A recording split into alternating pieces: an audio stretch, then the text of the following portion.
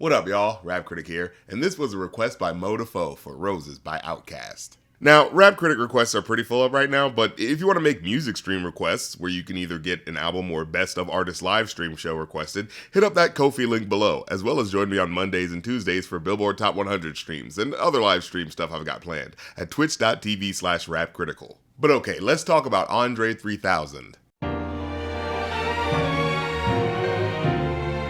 So, back in 2003, Outkast released Speakerboxx / The Love Below, a double LP project that came about due to the two MCs splintering off in terms of creative direction, with Big Boy staying focused on traditional Southern fried hip-hop bangers, while Andre ventured into weirder, more ambitious soundscapes. And sure, you get a taste of Andre's eccentricities in the quirky singles, but if you think Hey Ya is a blast of weirdness that can't be pinned down by a strict genre, the rest of the album is even more off the wall. Everybody needs a glass of water today to chase the hate away. Seriously, for those who haven't heard it, the closest thing I can pin down to describing the overall sound is like hip-hop psychedelia filtered through early 90s Prince if he was cosplaying as a 19th century Southern gentleman dandy.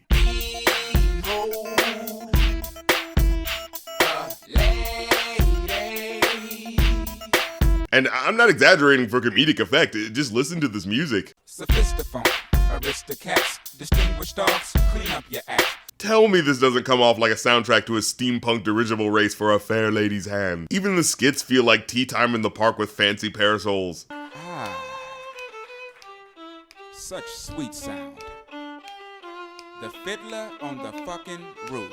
Hey, I actually watched Fiddler on the Roof recently, and I don't remember that melody being in there. It doesn't sound nearly as Jewish or as heartbreakingly sad as the music from that show. In fact, just to be sure, hold on, let me do a Shazam on this bitch real quick. We gonna Rap Critic this classical musical shit. I knew it. It's not Fiddler on the Roof. It's some 17th century Bach concerto.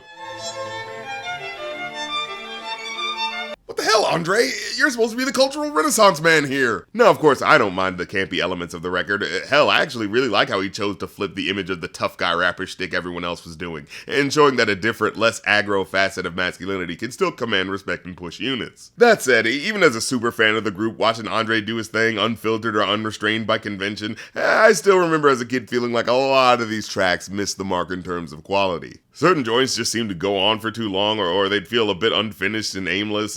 Guest features felt randomly placed and underused. And then, of course, there was that hyper uncomfortable song with R. Kelly about how vast age differences between couples isn't that big of a deal, right? Yeah, they even start the track by sampling a song R. Kelly wrote for an at-the-time underage Aaliyah about how age doesn't matter. Now, to be fair to Andre, his verse is about hooking up with a much older woman, but it's still a pretty skeevy affair. And years later, interviews I read would confirm that dude was kind of biting off more than he could chew. See, originally Big Boy was gonna go solo with a normal album, while Andre was busy planning this sprawling project that was gonna be a movie musical where every song was supposed to represent each different character in this whirlwind globe-trotting romantic epic. But they were starting to get crunched for time and budget, so the loftier ideas of the project ended up getting swallowed up in the process, leaving us with a bit of a bloated project where, despite its myriad of underbaked tracks, it still coasted to success on the back of the juggernaut that was Hey Ya, the one unarguable joint where the steampunk mad scientist devised just the right concoction to capture the ears and hearts of the world in 2003. However, whereas Hey Ya is where the experimentation paid off, most of the tracks on especially the back half of The Love Below were more like Roses, by which I mean had brilliant flashes of ingenuity, but were marred by barely fleshed out song concepts that spin their wheels and end up going on for way too long at the end. So let's break down why I feel that way with this track, actually kicking things off on a positive note with this incredible extended intro piano line. It's certainly nothing to complain about there. It's when the lyrics come in that things start to get wonky. So let's just address the elephant in the room up top. I know you'd like to think your shit don't stink, but lean a little bit closer, see, roses really smell like boo-boo-boo. But no, they don't. Roses don't smell bad. That's just not true. Like, I know it's supposed to be a metaphor, but, you know, metaphors work because they take commonly known traits of one thing and compare it to another. And it'd be one thing if it was like, oh, you know, people think roses smell good when they actually don't, like how it's common to think mice like cheese when they're just as likely to really eat anything. But no, roses don't smell bad, so this just doesn't make sense. Now, I get it. The hook is supposed to be about how the girl he's talking to thinks she's awesome, but she has her flaws and imperfections beyond her looks. But, that's why the phrase every rose has its thorn works as a metaphor. A beautiful rose can hurt you just like a beautiful woman can. Oh ho, you connect the point they're trying to get across. But if you put together the full message of this hook, what he's saying is, well, you may think you're as perfect as a rose, but actually, roses smell bad. To which any person would say, no they don't. Weirdo. Caroline, all the guys would say she's mighty fine. But okay, getting into the verses. The song's about a gorgeous woman who, as the next lyric alludes to, gets by in life by relying on her attractiveness. But mighty fine only got you somewhere half the time. And the kind of person who cruises by on looks over personality or character is often pretty unpleasant to engage with as a person outside of their desirability. And the other half either got you cussed out or coming up short. So, in a way, you could look at it as Andre calling out that pretty person privilege. Like, remember that 30 Rock episode where John Hamm isn't good at anything because he's handsome, so he only ever gets compliments from people that want to butter him up and therefore he has never had to improve as a person? Essentially that. Yeah, and I dig this now even though. Okay, so this next part always felt a little hard to follow in terms of deciphering the exact meaning of each phrase, so I'm just gonna read it out to get oriented. So it goes, she needs a golden calculator to divide the time it takes to look inside and realize that real guys go for real down to Mars girls. Bit of a winding garden path of a sentence, isn't it? Like, I think I've always gotten the general gist of what he's trying to say. This girl's taken so long to figure out that the kind of guy worth dating is the kind that cares about more than looks, that you need a calculator to account for all that time. I don't know why it needs to be golden, though. Is this like a heavenly calculator that can calculate numbers more than any other normal calculator can? And why does the time need to be divided? And by what number? Well, I guess if he said to multiply the time, that'd be saying to increase the time she needed to make that discovery. So the use of dividing here means to decrease that time, right? So it's essentially a roundabout way of saying she needs to come around to that conclusion sooner. But she's so far gone, it would take nothing short of a magical calculator to decrease that time, yeah? Or does the magical calculator only, measure the time it takes between your next life path altering realizations? It sounds like the first draft premise of a really bad Goosebumps story, but okay. So, the time it takes for her to understand that a good boyfriend cares about more than beauty is so long. How long is it? It's so long, she needs a calculator to equally divide the segments of time that come together and make the whole amount of time to take to make that discovery. You get it? Oh, you suck!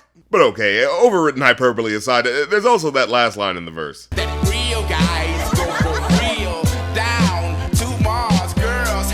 Which I always just took as a silly flip on the original phrase down to earth, for the sake of Andre's typical flair of flipping turns of phrase in an outlandish, unexpected way. But now when I hear it, it kind of comes off like it's a reference to that old men are from Mars, women are from Venus mentality. So when he says guys like down to Mars girls, it feels like he's saying, yeah, real guys like girls who are into dude stuff. You know, all the cool and normal stuff us guys like. Like football statistics and automobile maintenance and pulling your drawers down when they bunch up under your nuts.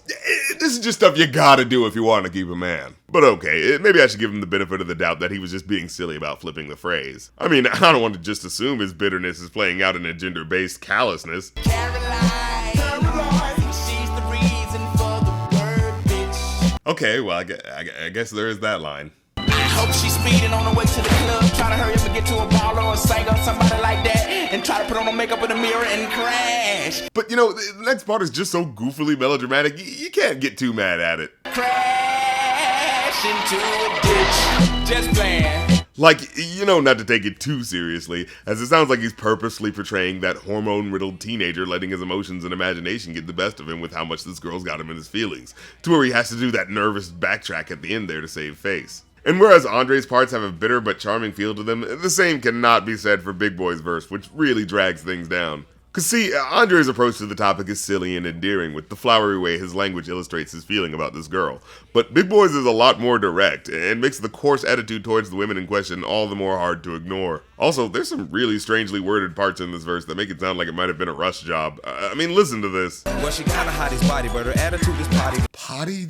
What adult uses the word potty? Like, I get he's saying toilet, like her attitude is shit, but it really comes off like he was running out of rhymes to talk about a sexy woman after already going through hottie and body. But he could have said something like snobby or snotty or something like that. When I met her at a party, she was hardly acting naughty. And this line especially comes off like, writing for the rhyme instead of what would actually make sense. Because he makes it sound like he normally expects all women to act hypersexual when at parties. I mean, I kept asking, but none of the girls there wanted to demonstrate their sexual prowess by tying a knot in a cherry stem with their tongue. I mean, last wedding reception I ever sneak into, that's for sure. I said, Shawty, would you call me? She said, pardon me, are you balling? What an awkward conversation. So he said, hey, so how about you call me sometime? And she responded with, pardon me, which weirdly formal way of speaking, but okay. She responds with, pardon me, are you bawling? She's essentially cutting him off to say, hey, before you continue talking to me, I gotta know if you're a baller who's got some money to burn. But why'd he make her say it like that? I don't know, maybe Big Boy was trying to match that weird hood/19th century gentleman crossover energy Andre was going for. 1,000 pardons, good sir, but would you fancy tricking out some cash on a bad bitch? And then of course there's that last line. I said, darling, you sound like a prostitute pausing. Which always messed me up concerning the context here. Because the previous lines are about him trying to hit on her, with her response basically being, oh, well, if you have some cash, I can hang out with you. But now as an adult, I know he's alluding to her having a bitchy attitude. Like, oh, you sound like a hoe that's on a period. Like, oh, we all know how irrational women be on their periods. But then I thought, wait, no, but he said pausing there. That sounds more like a reference to menopause, when older women stop having their period. Like, a period happens every month and is used to stereotype women when they get emotional, but menopause doesn't really have that same stigma since it only happens once and only when women get much older. So the way he uses it here kind of comes off like he just really doesn't know that much about women's hygiene and thought the terms were interchangeable. But I guess both are acceptable as inaccurate assumptions guys make to dismiss women's feelings. Oh, so you're one of them freaks, get geeked at the sight of an ATM receipt. But okay, he's a rich rapper. At some level, you gotta give him the benefit of the doubt that he deals with opportunistic women who just want to use him for cash. This bitch is lost, mistake me for a geek, quick way to eat, deep place to sleep, rent a car for a week, trick for a treat. And so he makes it clear that if he's gonna mess around, it's not gonna be without a condom, so he doesn't have to deal with unwanted pregnancies or STDs. No, go on the raw sex, my ace test is flawless, regardless. We don't want to get involved with all them lawyers. But then it ends on this dud of a line. And judges, just to hold grudges in the courtroom. I want to see your support, bro, not support you. Like, what? A lyric about avoiding child support that ends on a pun about support bras? Like, come on, man. This is truly the corniest way you could have possibly ended this. Women don't even wear support bras outside of working out most of the time, so what, are you trying to have sex with her specifically at the gym? Like, what's going on? But yeah, then the song comes to a close. Right after this part goes on for like 30 seconds longer than it needs to. Crazy bitch, crazy bitch, bitch, crazy bitch, Stupid ass bitch. crazy bitch. It's like, guys, we get it. So yeah, overall, I'd have to give it a 3 out of 5. I still enjoy the general sound of the album and the fun feeling sound of this track in particular, but it's undeniable how much of it feels underbaked as a concept when you dig even just a little bit into it. In fact, it's probably the unfinished feel of it that makes the uncomfortable sentiments behind the lyrics that much harder to ignore, and it's really soured the experience of the track for me as time has gone by. I mean, for perspective, Hey Ya is about questioning the timetable of love's ability to endure through years of turmoil and shifting personalities in a relationship. Roses is about how much this girl needs to quit being such a stuck-up bitch and let him hit already. And that's just not as compelling of a message. Well, that's the episode. Leave a like if you like because it helps, comment if you have something to say because it helps even more, and hit the subscribe and the bell afterwards because that's what helps the most. Follow me on Twitch to check out my music and gaming streams, follow my social media pages to know when those streams are happening, and of course support me on Patreon to join the RC Discord to chat with me and fellow fans and see episodes early. So check all that fun stuff out and I'll catch you next time. Peace.